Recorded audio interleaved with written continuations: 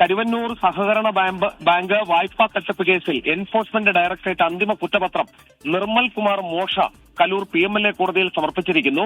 അന്തിമ കുറ്റപത്രത്തിൽ പുതിയതായി 27 പ്രതികളെ കൂടി കൂട്ടിച്ചേർത്തിട്ടുണ്ട്.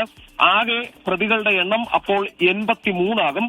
തട്ടിപ്പ് നടത്തിയത് വഴി പ്രതികൾ സമ്പാദിച്ചത് 180 കോടി രൂപയാണെന്ന് നിലവിൽ എൻഫോഴ്സ്മെന്റ് ഡയറക്ടറേറ്റ് പറയുന്നു. പ്രതികളുടെ സ്വത്തുക്കളിൽ നിന്നും എൻഫോഴ്സ്മെന്റ് ഡയറക്ടറേറ്റ് കണ്ടുകെട്ടിയത് 128 കോടി രൂപയാണ് എന്നുള്ള കാര്യവും നിലവിലിപ്പോൾ വ്യക്തമാക്കുന്നുണ്ട് എൻഫോഴ്സ്മെന്റ് ഡയറക്ടറേറ്റ്. അന്തിമ കുറ്റപത്രത്തിൽ CPIM നേതാക്കൾ ഉൾപ്പെടെ 8 രാഷ്ട്രീയ പ്രവർത്തകർ പ്രതികളാണ് എന്നുള്ള കാര്യവും ഇപ്പോൾ എൻഫോഴ്സ്മെന്റ് ഡയറക്ടറേറ്റ് വ്യക്തമാക്കുന്നുണ്ട്. അവരുടെ പേരുകൾ നമുക്കൊന്ന് ചൂണ്ടിക്കാണിക്കാം.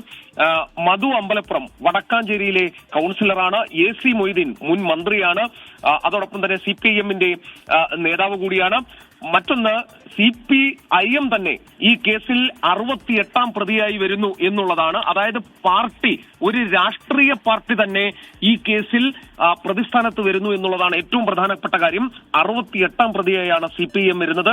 മറ്റൊന്ന് മുൻ ജില്ലാ സെക്രട്ടറി, CPIM-ന്റെ മുൻ ജില്ലാ സെക്രട്ടറി MM വർഗീസ് 69ാം പ്രതിയായി വരുന്നു. ഒപ്പം തന്നെ K രാധാകൃഷ്ണൻ ഇപ്പോഴത്തെ MP ആണ്. അദ്ദേഹം 70ാം പ്രതിയായാണ് ഈ കുറ്റപത്രത്തിൽ ഉൾപ്പെടുന്നത്. AR Peethambaran Purathussery north local committee സെക്രട്ടറിയാണ്. അദ്ദേഹം 71ാം പ്രതിയായി വരുന്നുണ്ട്.